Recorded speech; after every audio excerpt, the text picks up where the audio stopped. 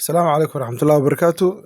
رمضان كريم. إلهي نود من دافع دمين دوارنتنا الله دافع مش أنا كلام الله قرسي أمين. نك دراما هنكي سنلسك أكبر لدر مري.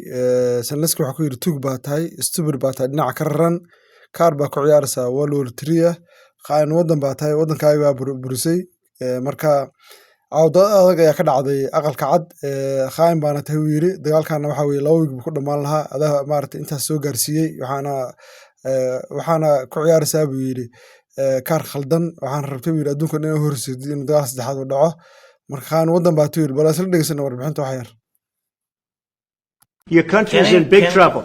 Can I Wait a answer? minute. No. You've done a lot of talking. Your country is in big trouble. I know.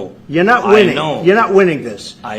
You have a damn good chance of coming out okay because of us. Mr. President, we are staying in our country, staying strong from the very beginning of the war. We've been alone, and we are thankful. I said thanks You haven't in been this alone. cabinet, You and haven't not been only alone. in this cabinet. We gave you, through I this said stupid president, $350 billion. You voted we gave for you your military president. equipment, You and your voted men for are your brave, president. but they had to use our military. What about West? If you didn't have You our invited military me. equipment, You invited if me you to didn't speak. have our military equipment, this war would have been over in 2 weeks.